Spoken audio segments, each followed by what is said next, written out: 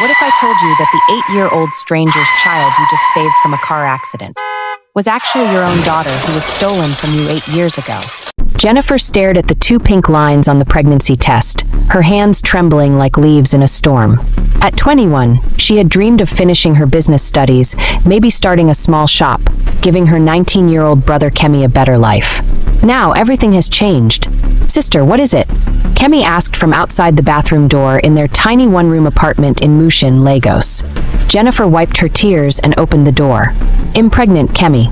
The words hung in the air between them like a death sentence. They both knew what this meant in their conservative community: shame, gossip, and abandonment. Their parents had died in a motor accident 3 years ago, leaving them with nothing but each other and their shared determination to survive. The father? Kemi asked quietly. Gone, Jennifer whispered. He said he's not ready for responsibilities. The pregnancy was brutal. Jennifer worked as a house help during the day and sold roasted corn by the roadside at night, her growing belly making each task more difficult. Neighbors whispered behind her back, calling her a disgrace. Some advised abortion. End it now, Mrs. Bola from next door said one evening. You're ruining your life and your brother's future. But Jennifer would place her hands on her belly each night, feeling the tiny life stirring within her. I won't punish you for my mistakes, my baby, she would whisper. We'll find a way. When labor pains began on a rainy October night, Jennifer walked herself to the general hospital, Kemi supporting her weak steps. She had saved just enough for the delivery, nothing more. The moment they placed her daughter in her arms, Jennifer forgot every hardship.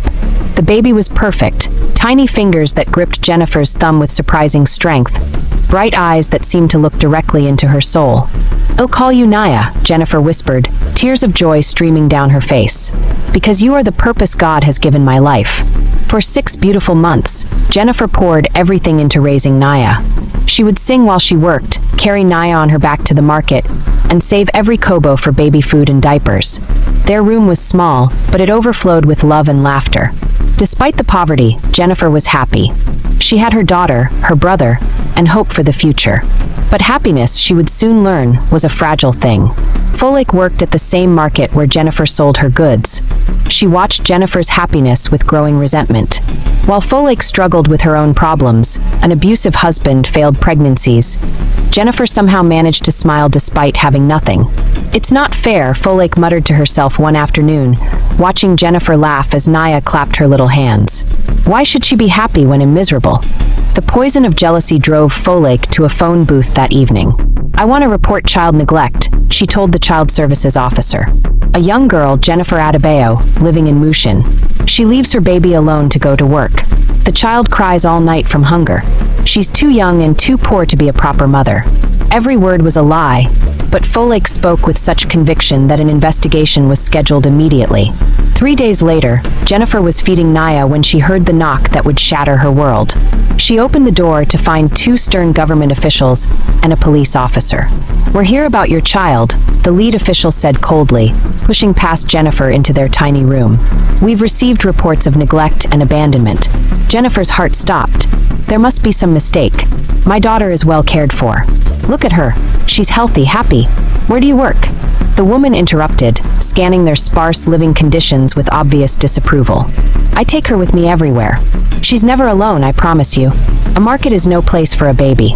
And this place? The official gestured at their single room with disgust. This is not fit for a child. The examination was swift and merciless. They noted Jennifer's young age, unmarried status, and obvious poverty. When Naya began crying, frightened by the stranger's harsh voices, they exchanged knowing looks. We're removing the child for her own protection, the lead official announced. Jennifer's world exploded. No, please, you can't take my baby. I've done nothing wrong. But her desperate pleas fell on deaf ears. She watched in absolute horror as they lifted Naya from her arms. Her 6-month-old daughter reached tiny hands toward her mother, crying in confusion and fear. Mama! Jennifer screamed, trying to follow them out the door, but the police officer blocked her path. Please don't take my baby. He'll do anything. He'll get a better job, a better place. Please. The door slammed shut, leaving Jennifer collapsing on the floor, her arms empty, her heart ripped from her chest. That night, Kemi found her still there, staring at Naya's empty cot, her eyes hollow with grief. Sister, we'll get her back, Kemi promised, but his voice shook with uncertainty. Jennifer looked at him with eyes that had aged decades in a single day. I will find her, Kemi. I don't care how long it takes. I will find my daughter. 4 years passed like a slow, bleeding wound. Jennifer tried everything. Lawyers who demanded money she didn't have, government offices where she was shuffled from one uncaring clerk to another, private investigators who took her savings and disappeared. Every lead turned cold. Every hope was crushed. Meanwhile, Kemi had caught the attention of the Ogundamu family through his job at a construction company. Their daughter, Shade, claimed to love him, but her family saw him only as entertainment. A poor boy who could be molded into their servant. Your sister is a disgrace to our family name, Mrs. Ogundamu declared after Kemi and Shade married. We cannot have such a person associated with us. She is no longer welcome here. Kemi, worn down by constant criticism and emotional manipulation, slowly distanced himself from Jennifer. The boy who had once promised to help her find Naya now avoided her calls. At 25, Jennifer found herself completely alone. She had lost her daughter, her home, and now effectively her brother. The Ogundamus had made it clear that any relationship with Jennifer would result in Kemi being cast out of their family. With nothing left for her in Mushin, Jennifer made the hardest decision of her life. She would go to Victoria Island, where she had heard there were opportunities for those willing to work hard. But Lagos showed no mercy to dreams built on empty pockets. Jennifer sat on the concrete barrier near Tafawa Balewa Square, watching the endless stream of expensive cars pass by. 3 days in Victoria Island had taught her that the city devoured hope faster than it promised it. She had walked from office to office, shop to shop, but her lack of connections made her invisible. The few jobs offered would have required her to sacrifice what little dignity she had left. In her small bag were all her possessions, a few clothes, Naya's baby blanket that still carried her scent, and the last photo she had of her daughter. As the sun began to set, Jennifer pulled out the faded picture. Naya had been 6 months old, sitting up for the first time, her face bright with an innocent smile that could melt hearts. Jennifer traced her daughter's face with her finger. "Where are you now, my baby?" she whispered, tears flowing freely. "Are you safe? Do you have someone who loves you like I love you?" She was so lost in her grief that she almost missed the drama unfolding across the busy street. A divine appointment. 8-year-old Naya had always been curious about the world around her. While walking with Uncle Samuel, her father's driver, she spotted a beautiful butterfly dancing near the flower vendor across the street. Without thinking, she darted into the busy road, chasing the colorful creature that seemed to beckon her forward. The Danfo bus driver saw her too late. Brakes screamed, horns blared, and time seemed to freeze as the yellow vehicle bore down on the small girl who stood frozen in terror. From across the street, Jennifer saw everything unfold in slow motion. Something deep in her soul, the mother's instinct that had never died, launched her into action. She sprinted into traffic, dodging motorcycles and cars, her heart pounding with desperate determination. She reached Naya just as the bus was mere inches away, scooping the child up and rolling them both to safety on the sidewalk. They landed in a heap, scratched and breathless, but alive. Naya looked up at Jennifer with wide, frightened eyes that were strangely familiar, though Jennifer couldn't understand why her heart was racing for reasons beyond the accident. "Thank you," Auntie Naya whispered, clinging to Jennifer's worn shirt. "Thank you for saving me." Something stirred in Jennifer's chest, a warmth she hadn't felt in 4 years. She held the trembling child, smoothing her hair and whispering words of comfort that came naturally. "It's okay, my dear. You're safe now. Everything will be fine." When Uncle Samuel finally reached them, his face was pale with terror. "Naya, Jesus, I thought, are you hurt? Your father will never forgive me if something happened to you." But Naya didn't want to let go of Jennifer. She clung to the woman who had saved her life, as if sensing something her young mind couldn't yet understand. Michael Adebayo had built his empire from nothing, starting with a single truck and growing it into one of Nigeria's largest logistics companies. But success had taught him that most people saw only his wealth, not his heart.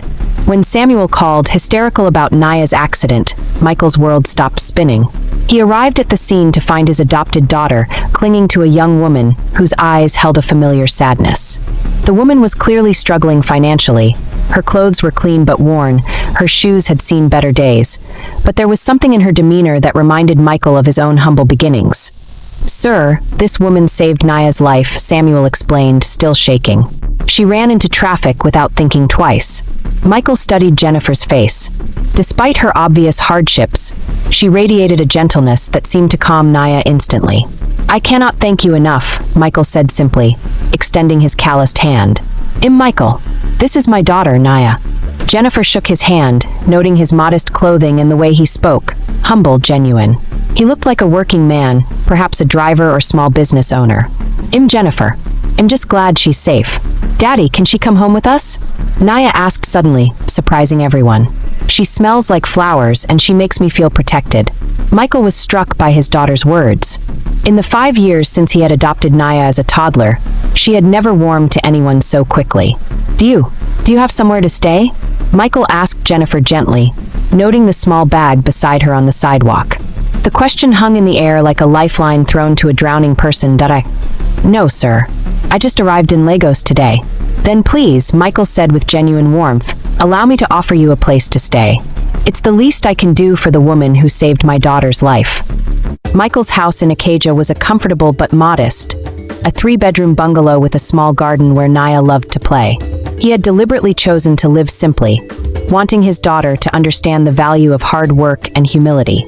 Jennifer was given the small guest room, and from her first night there, she felt more at peace than she had in years. The house was filled with warmth and the sound of Naya's laughter, music Jennifer had forgotten existed. The child seemed magnetically drawn to Jennifer. She wanted to help unpack Jennifer's few belongings, insisted on sitting beside her at dinner, and begged for bedtime stories. "Tell me about when you were my age," Naya would say, curled up beside Jennifer on the small sofa.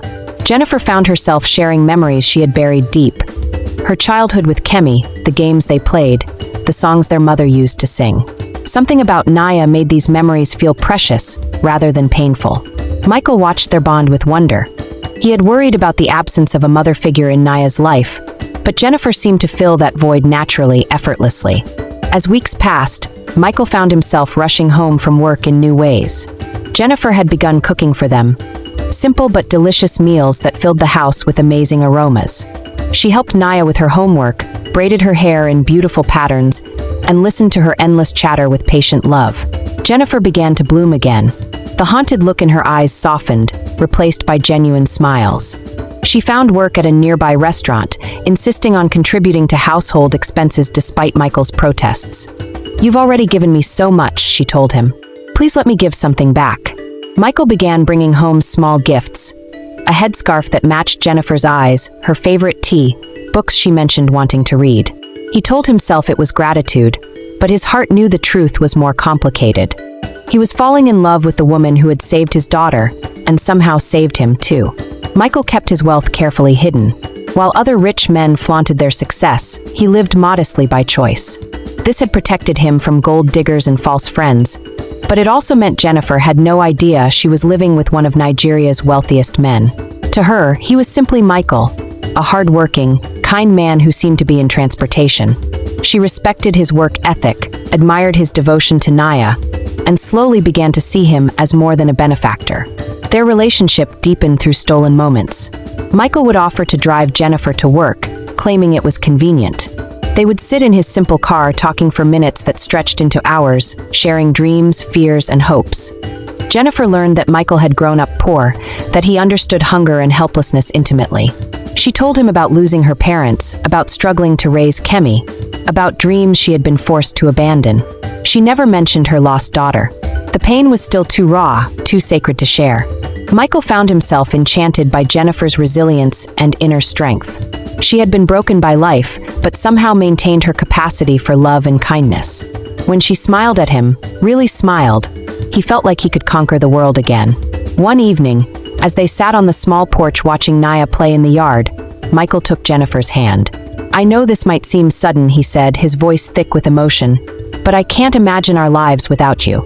Naya loves you like a mother, and I love you like a man loves the woman he wants to spend forever with." Jennifer's breath caught. She looked at this good man who had given her shelter when she was homeless, who treated her with respect and kindness, who had somehow made her believe in happiness again. "Michael," she whispered, "I love you too. But there are things about my past." "Everyone has a past," he interrupted gently. What matters is the future we build together.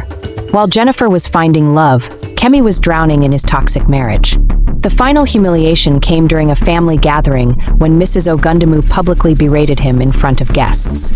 "Look at him," she sneered, "a nobody who thinks he deserves our daughter. You should be grateful we even let you in this house." Something inside Kemi snapped. He stood up quietly, removed his wedding ring, and placed it on the expensive table. "I may not have money," he said with quiet dignity, "but I have my self-respect. And that's worth more than all your cruelty." He walked out that night with nothing but his clothes and the phone number Jennifer had given him years ago. When he called her, Jennifer cried with relief and joy. "Come to Lagos," she begged. "I have a home now and you can start fresh here." Jennifer worked double shifts to save money for Kemi's transport and fresh start. Michael, not understanding her sudden urgency to earn extra money, quietly began leaving larger tips and bonuses, claiming they came from satisfied customers. When Kemi arrived, thin, defeated, but free, Michael welcomed him without questions. "Family is family," Michael told Jennifer simply. "Your brother is welcome here as long as he needs." For Naya's 8th birthday, Jennifer suggested a quiet celebration at home. As they sat around their small dining table sharing cake, Naya made an announcement that stopped everyone's breath. "I don't want anything else for my birthday," she said seriously. "I just want Mama Jennifer to be my real mama forever." The word mama hung in the air like something sacred and inevitable. That night, after Naya had fallen asleep curled between them during their movie, Michael turned to Jennifer. "She called you mama," he said softly. Jennifer's eyes filled with tears. "I heard. Michael, I need to tell you something about my past. And I need to tell you something about mine," he interrupted. "But first," he slipped off the couch and knelt beside it, taking Jennifer's hands in his. "Jennifer, you've brought joy back into our lives in ways I never thought possible. You've given Naya the mother's love I always prayed she would have, and you've given me a reason to believe in forever. Will you marry me? Will you be Naya's mother and my wife, officially and completely?" Jennifer looked at this man who had rescued her from the streets, who had loved her without knowing her history, who had welcomed her brother without hesitation. She looked at the sleeping child who had somehow filled the hole in her heart. "Yes," she whispered through tears. "Yes, I'll marry you." They were married 2 weeks later in a simple ceremony at a small church, with Kemi as witness and Naya as ring bearer. Jennifer had never felt more blessed. On their wedding night, in the small hotel room Michael had booked for their honeymoon weekend, he knew it was time to reveal his secret. "Jennifer, I need to tell you something important about who I really am."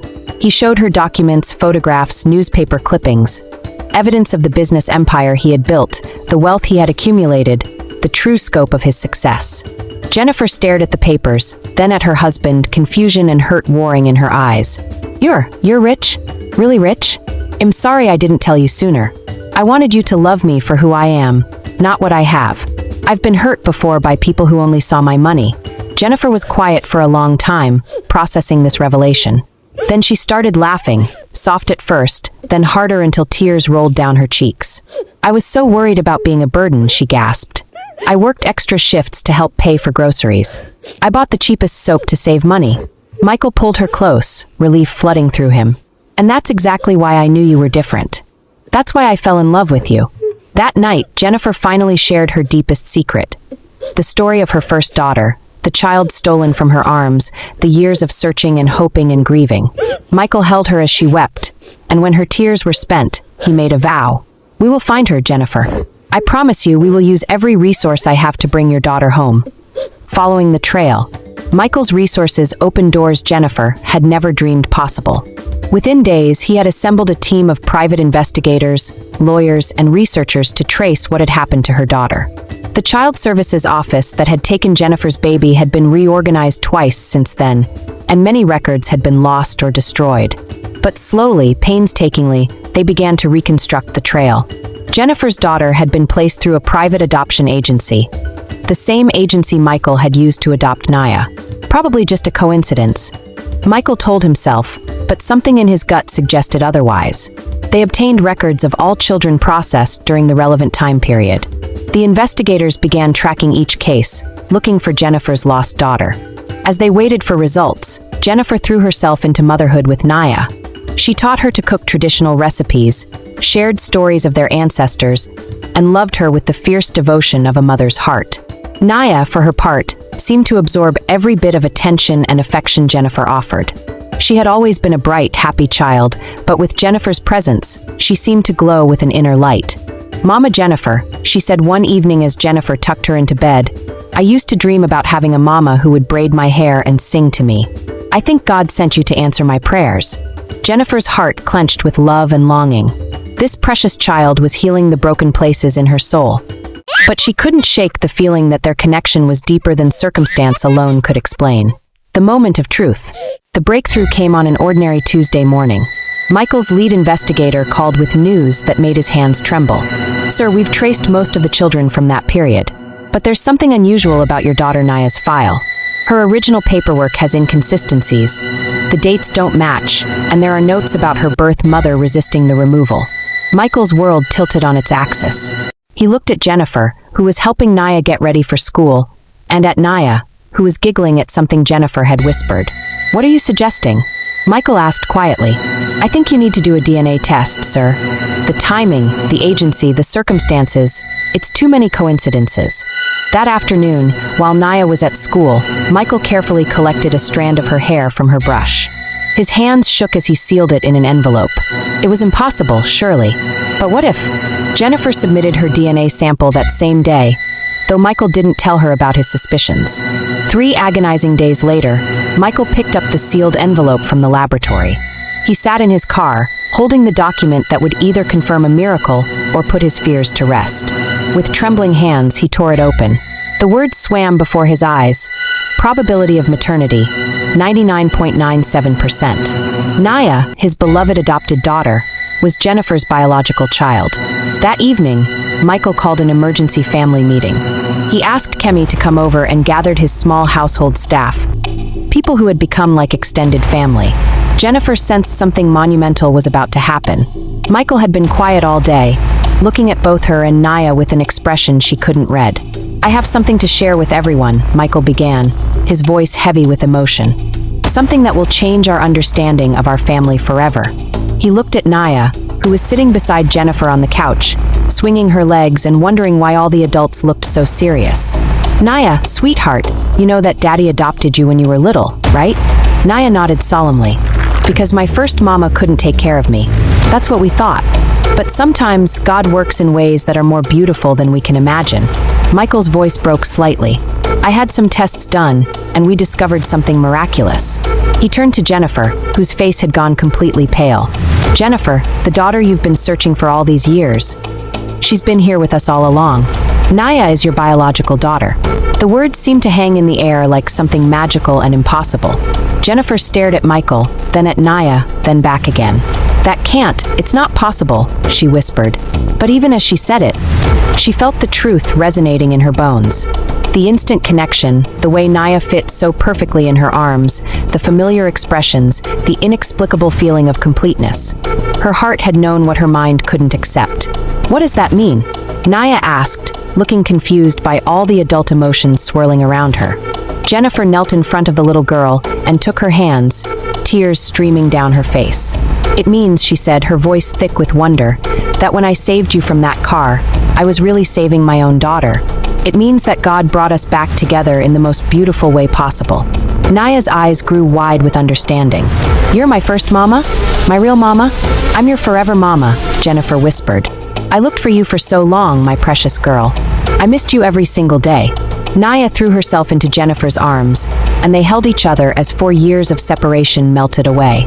Michael knelt beside them, wrapping his arms around his wife and daughter, his real, miraculous family.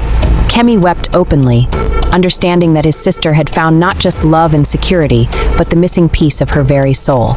That night, as Naya slept peacefully between her parents for the first time since infancy, Jennifer and Michael talked until dawn. "How did you know to test?" Jennifer asked. "Too many coincidences," Michael admitted. "The agency, the timing, the way she took to you instantly. My heart suspected before my mind would accept it." "I felt it too," Jennifer whispered. "From that very first day, something in me recognized her. I thought it was just wishful thinking." They marveled at the impossible chain of events that had brought them together.